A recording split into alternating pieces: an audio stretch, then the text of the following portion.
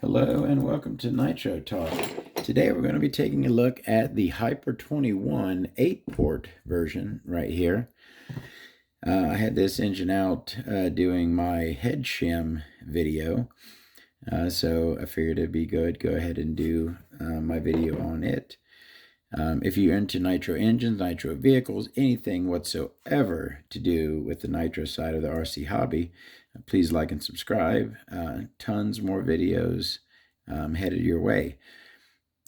As I mentioned in my shim video, I have modified this engine for racing use in buggy, and so I will be showing you. This started life as a pull start engine, so I'm going to show you the pull start parts, and I have replaced the carburetor, so I'm going to show you the stock carburetor as well. Let me go ahead and start getting into this. And now, why did I replace the carburetor? I think, and as I mentioned in my video on the head shims about this engine, that this was one of the first nitro engines I had, probably in my first 5. And it's actually a kind of interesting story. I remembered after I had mentioned that I bought this at a pawn shop, and I was looking for a date on here, but there actually is a date on here, 7/2/2015. So 7 years ago, a little over 7 years, I'd say probably at this, a little over 8 years is how long I've done nitro, done RC my whole life. But the interesting thing was, I was on my way, either on my way to or on my way back from meeting a guy on Craigslist, or I believe I met him, and buying a Rex P5. Rex is Nova Rossi P5 engine. And I stopped at this pawn shop either on the way from or to meeting this guy to buy this Rex P5, and found that Hyper 21 8-port at the pawn shop for $40. What an absolute steal, right? Even 7 years ago, that was a steal. All right, get this out of here, lift up our piston, take off our back plate. Now, you remember when I done the video on the XTM 21 Pro, and I said I didn't recognize its back plate. This is the standard SH bump start back plate. Lower end, the high end engines like the PT21, they have a nicer one. But the cheaper SH bump starts, this is the back plate they have. It's an aluminum one. It's a metal one. Black on the outside, aluminum on the inside. That one on the 21 Pro is essentially the same one, but in all plastic. It's the only engine I know that has that one. Every other one has this one. All right. Take piston and crank. Oh, that's interesting. That's very interesting. Didn't remember that. Not only is this one of the first engines I had, but the engine I guarantee I've worked on, tried to tune. This engine taught me to tune. It did. It essentially did, because I never could get it to friggin' run. And it wasn't because this carburetor's bad. It wasn't because the engine's bad. It was because I did not know you have to learn things. And I probably messed trying to find a tune on this engine for 2 months. Like literally every other day I would be out running this thing, trying to find a tune and just thinking that it was just the perfect mix of top and bottom was all I was looking for. And no, it was just that the stock carb on these are notoriously bad for having O-ring issues. Now, I wonder, this one either has been fixed or has not, and it has not. Look at that. That is what I'm talking about. That's exactly what I'm talking about. That needle right there is way, way too easy to turn. The O-rings are bad on that needle right there and need to be repaired. This carb will run like absolute garbage. Is it this carb's fault? Like I said, this is not a bad carb. They just, the O-rings go bad on them. They dry up. And if watch my video on re-ringing a carb. I have a video up where I show you how to re-O-ring a carburetor. This carburetor, the Hyper 21 stock carb, with some fresh O-rings, runs beautifully. I love this. This is one of the best boots there is. This blue silicone boot on here is absolutely, let's set it right like it's supposed to be, is a great boot. Lasts forever. This carburetor is, what, at this point, 20 years old, and that thing is supple as a newborn baby's bottom. Just, and will stay that way because it's silicone. I love a silicone boot. So with fresh O-rings, the Hyper 21 stock carb is perfectly fine. But back in those days, it was easier for me to just throw on one that worked fine. So I installed this Axial A90A carb, not the K90B, which is on all the 28s. This is the one that came on the 21RR.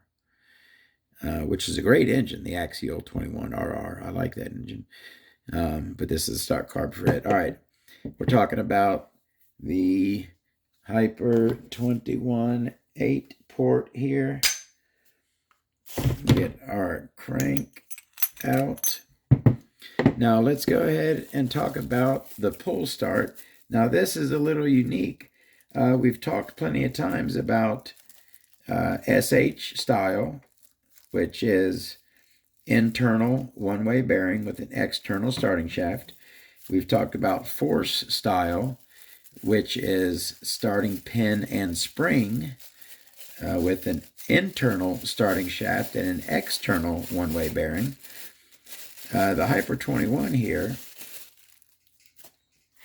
does it a little different and has a one-way bearing with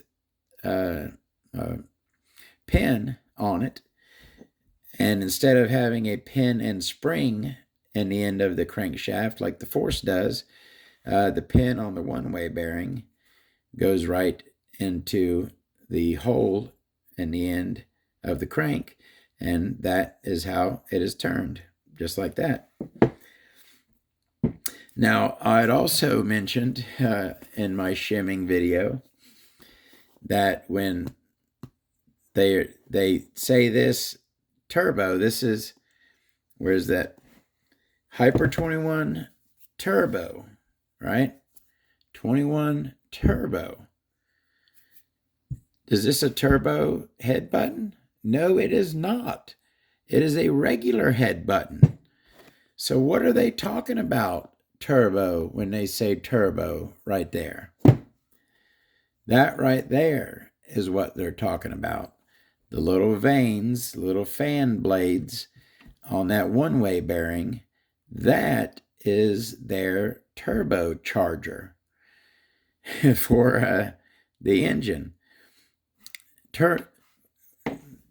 Watch my fingers. Turbocharger. One-way bearing, that's what they're referring to. Do we need, no, we don't need to take that apart. It's got external starting shaft. It's on the outside, internal one-way bearing, and it attaches to the crank by means of that rod right there.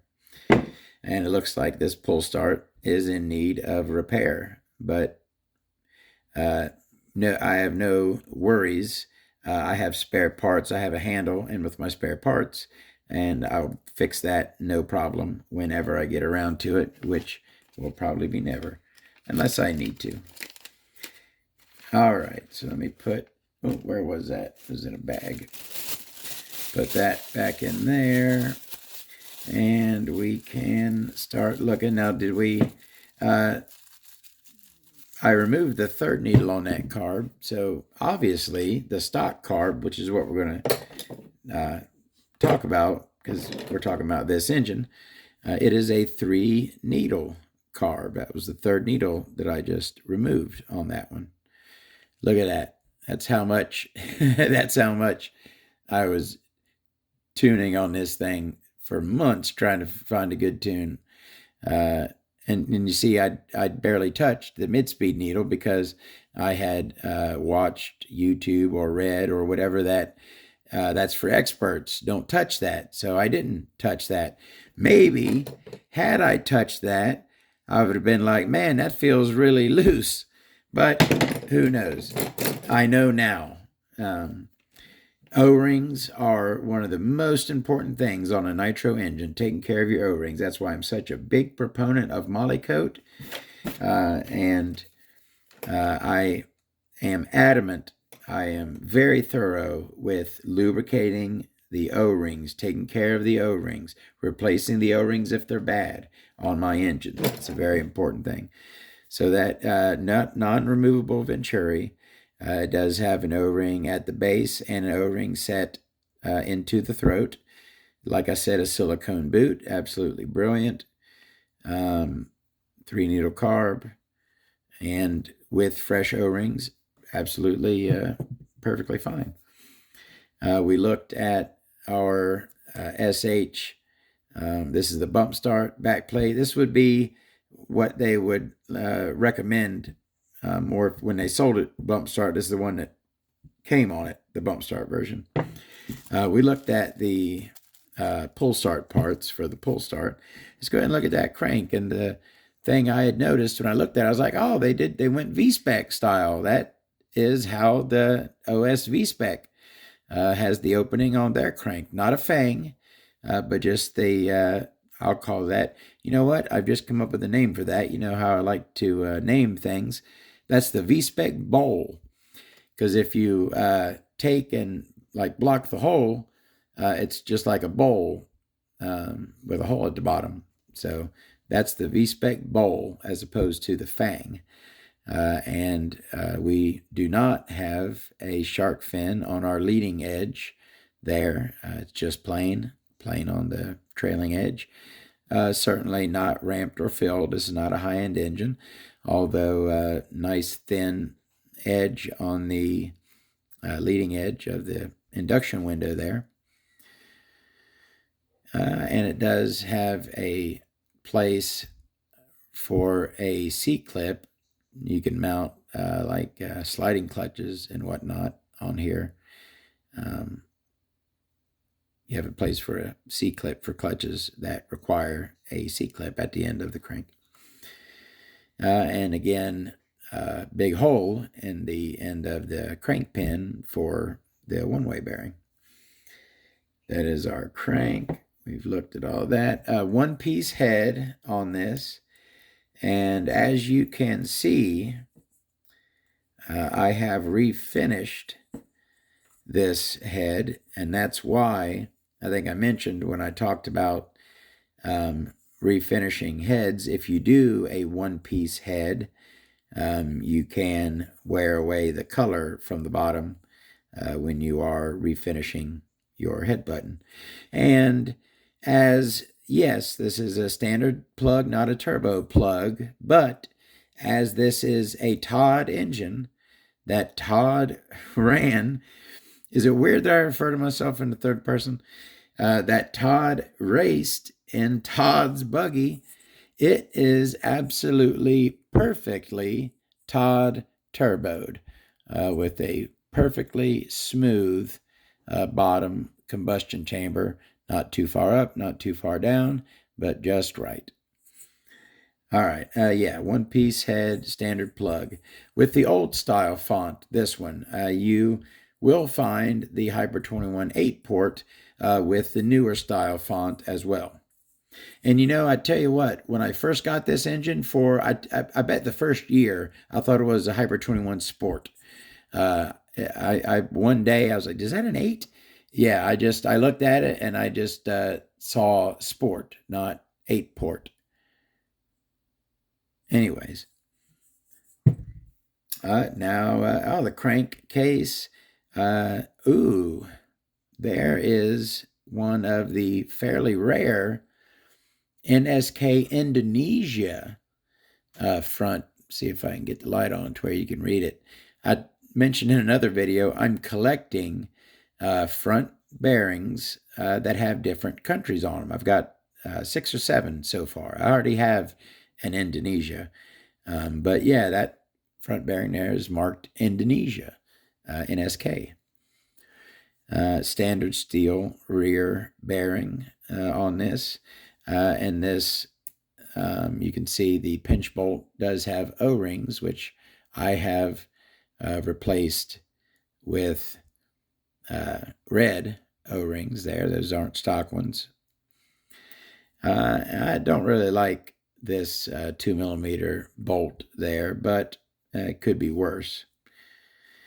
Kind of square, but that is the Hyper 21 made in Taiwan crankcase. All right, now we're getting to the good stuff. Piston is not super special on the Hyper 21.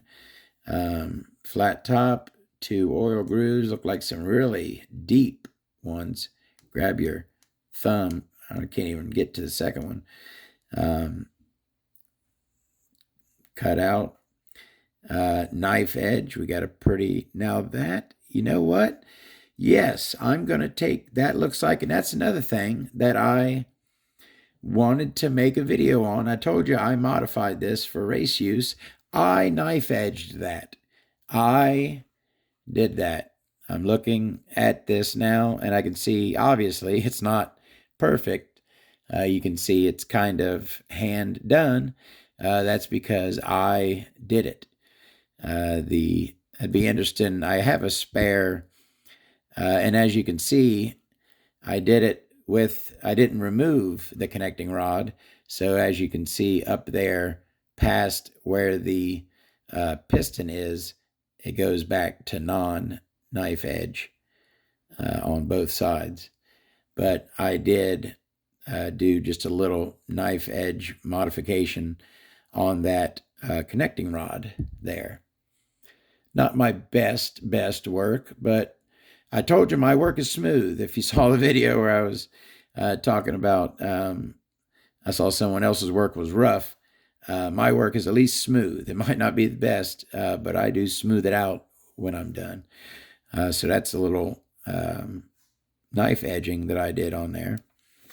And now let's finally get to that sleeve. The Hyper 21 8-port sleeve is a sleeve with a whole lot going on. Let's start at our exhaust port where we have a rooftop. It is comes to a point in the center. Not really dog-eared, although it does. It's what's that? A rhombus. Comes 2 larger sides, 2 smaller sides. Larger at the top. And oh yeah, we'll get to that. Let's start in the front with our boost intake ports, and it is a double. They are very nicely ramped there, as you can see. Not super big or small. I'd say those are about medium intake ports. But we have these unique large L-shaped ports next to the intake ports. Do not see a lot of those L-shaped ports there next to the intake ports. Come around to the side, and we have one rectangular port that is nicely ramped, not fanged, but has a nice ramp on it. And then next to that, next to the exhaust, you have what I call a beaker port, a bent beaker port, but a beaker port nonetheless. Usually you have like a straight line port here next to the exhaust, like where a fang would be, but you have like this beaker port, like kind of triangular at the bottom. So yeah, that is the Hyper 21 8-port sleeve. A very interesting, cool looking sleeve on that thing. And that is about it for the Hyper 21 8-port. One of my favorite engines, an engine that means a lot to me, of course. It's a good engine, the Hyper 21 8-port. You can get great top end out of the Hyper 21 8-port. Not bad bottom either. But a solid runner, pull start version or bump start version. You get either one. I dig it. I pretty much dig them all. There's very few I don't dig. I'll let you know when I come across them. Alrighty. See you very, very soon with another video. Thank you very much for watching. We will see you there.